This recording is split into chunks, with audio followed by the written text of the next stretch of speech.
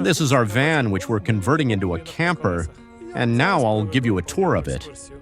But first, a bit of background.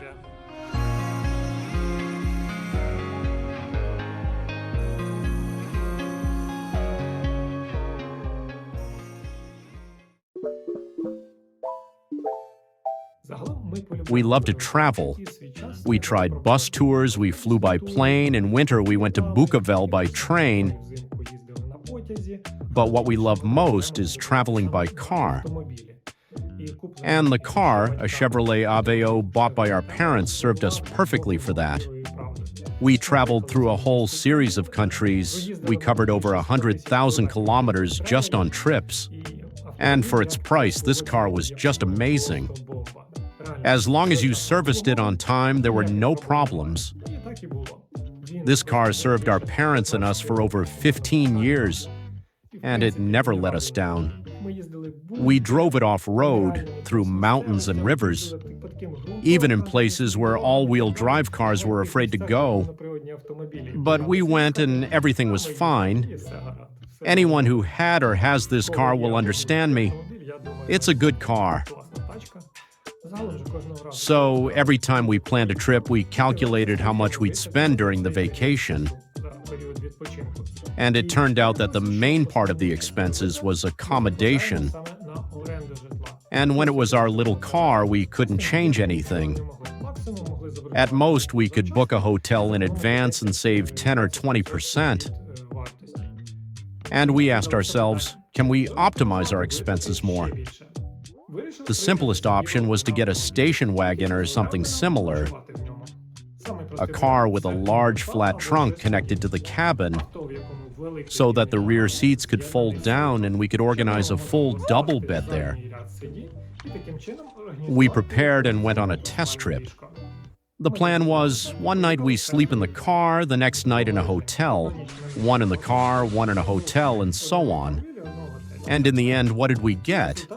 We cut accommodation expenses by 50%, which makes sense. But we also got another bonus. We stopped to spend the night in picturesque places we definitely wouldn't have seen if we stayed only in hotels. Yes, sleeping in a passenger car wasn't very comfortable because low ceiling, little air, no toilet, no shower, inconvenient to cook, and so on. There were lots of drawbacks, but overall, we liked this way of traveling. It made the trips much more diverse.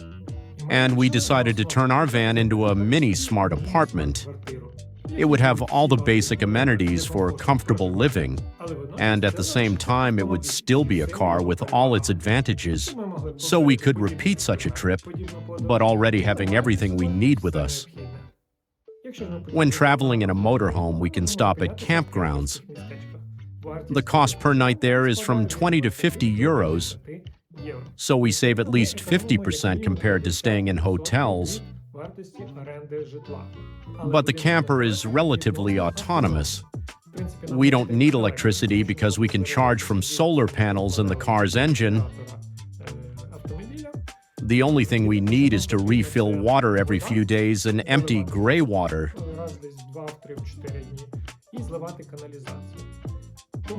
So we can stop at campgrounds twice a week. The rest of the time, we can spend nights in free parking lots and beautiful spots. This way, we optimize our travel budget even more, and if we want to minimize expenses, we could go to special stations just to fill and drain water and spend all nights in the wild. Then accommodation costs drop almost to zero. Of course, it's not possible in every country, but generally in most countries it is. If you're interested, we can prepare a separate series about our car trip around Europe, about what inspired us to build a full-size campervan. Now let's move on to the tour of the van, which is under construction. Later, we'll do another tour and show the final result.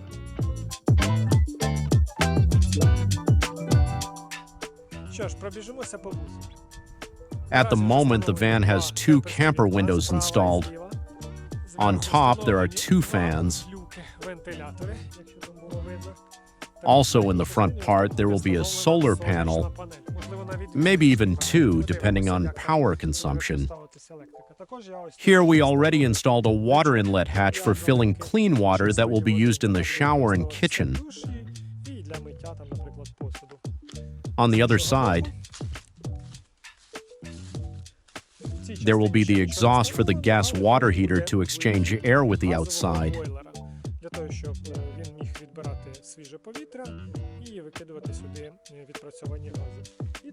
And also a 220-volt socket so we can connect to an external power supply. I don't plan to use it often, but it's good to have for campsites or at home.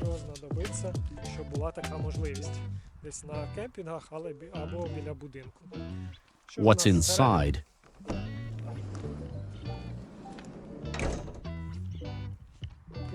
Now the aisle is wide, but it will get narrower, about 60 centimeters wide. Here I've already marked the furniture layout on the floor. It's easier to show you this way. Here will be the kitchen, and between the kitchen and the wall there will be an aisle so you can walk along the corridor. At the front there's the driver's seat and a double passenger seat.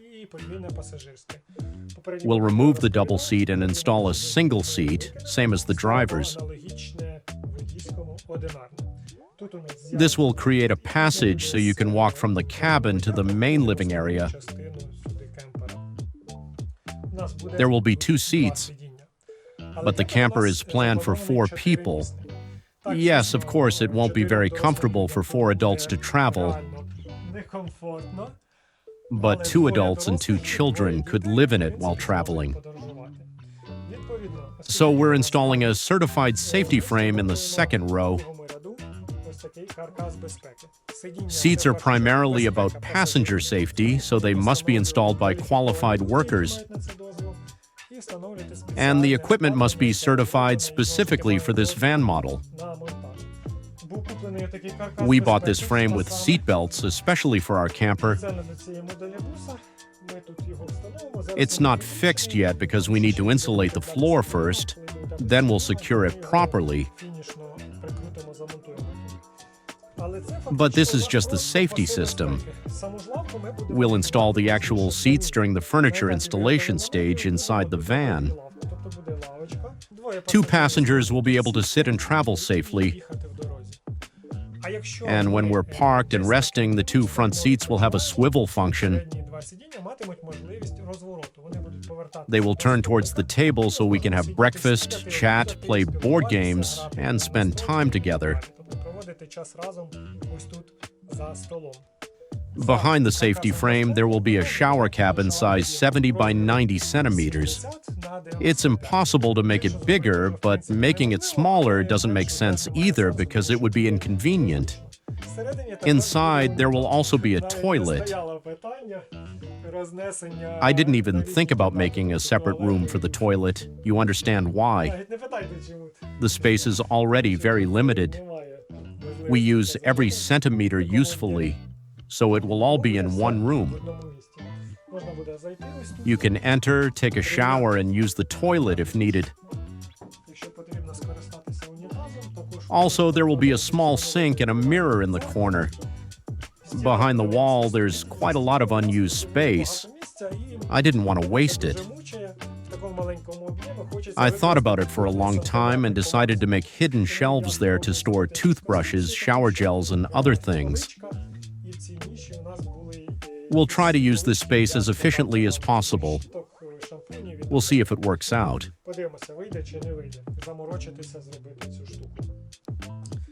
In the back part, there will be a bed. The bed will be installed across the van. The advantage of this van is that the width allows the bed to be placed crosswise. In these niches, the width is 2 meters. I want to insulate it in a way that the bed ends up at least 190 centimeters long.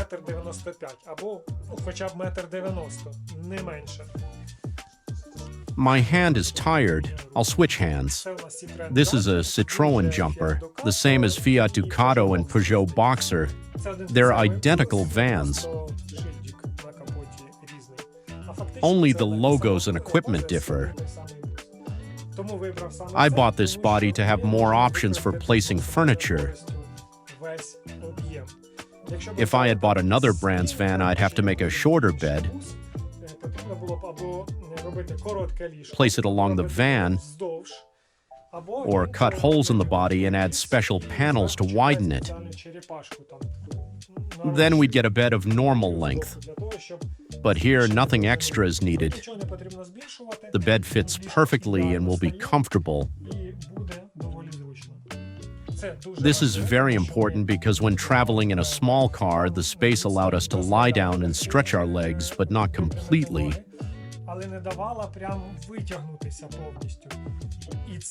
And as it turned out, that's very important. I never thought about it, but when you can't fully stretch out, it creates serious discomfort.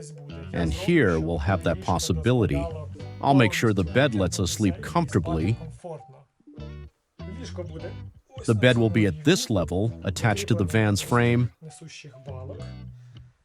Under the bed, in the center, there will be a luggage compartment accessible through the rear doors. Open the doors and load everything you need. We bought a water tank. I showed you this water fill hatch from the outside.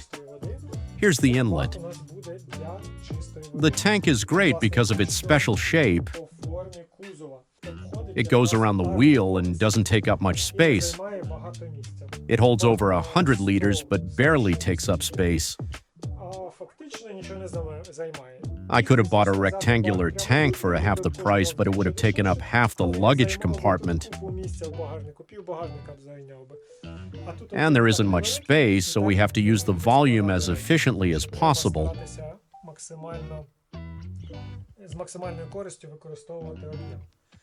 So I'm happy with this tank, although the shape could have been slightly different to add 20 to 30 more liters. There was an opportunity, but for some reason the manufacturer didn't do it. Even though the tank is made for this van model.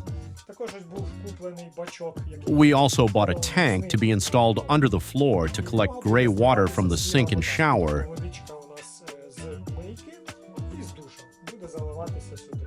And in special places, we'll drain the gray water and refill the clean water tank.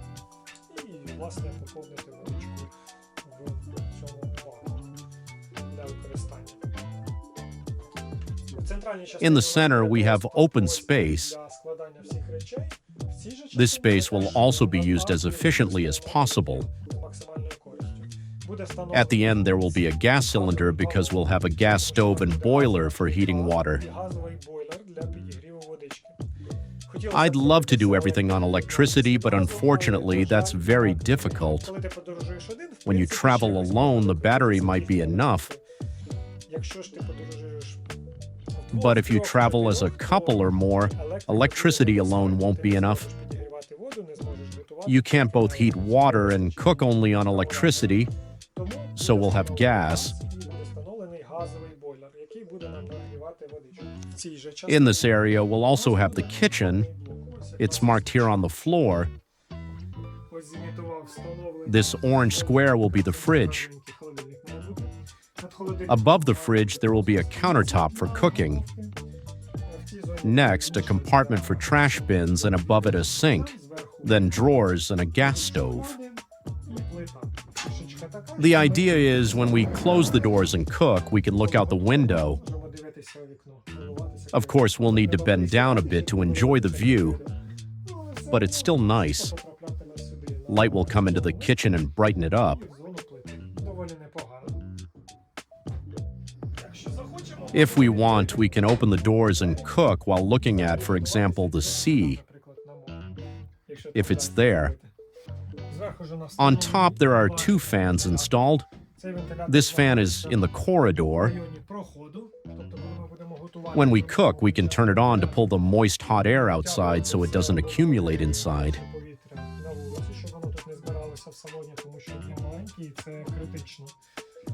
And in summer, we can turn it on to blow out the hot air that gathers under the ceiling.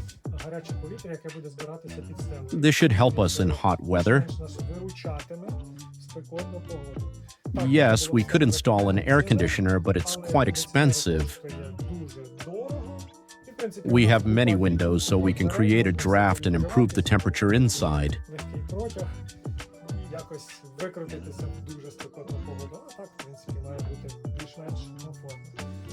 There's also a simple fan in the shower cabin to remove humid air after showering so it doesn't condense inside.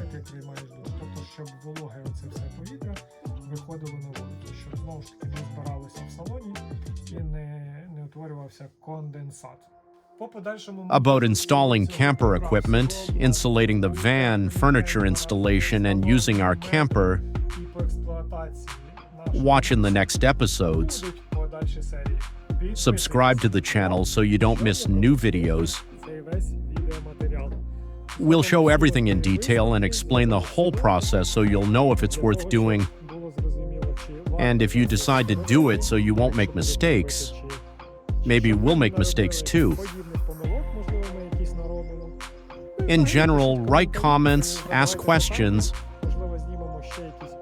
Maybe we'll make extra videos on the stages of the camper build that interest you. Thank you for your attention. Have a nice day.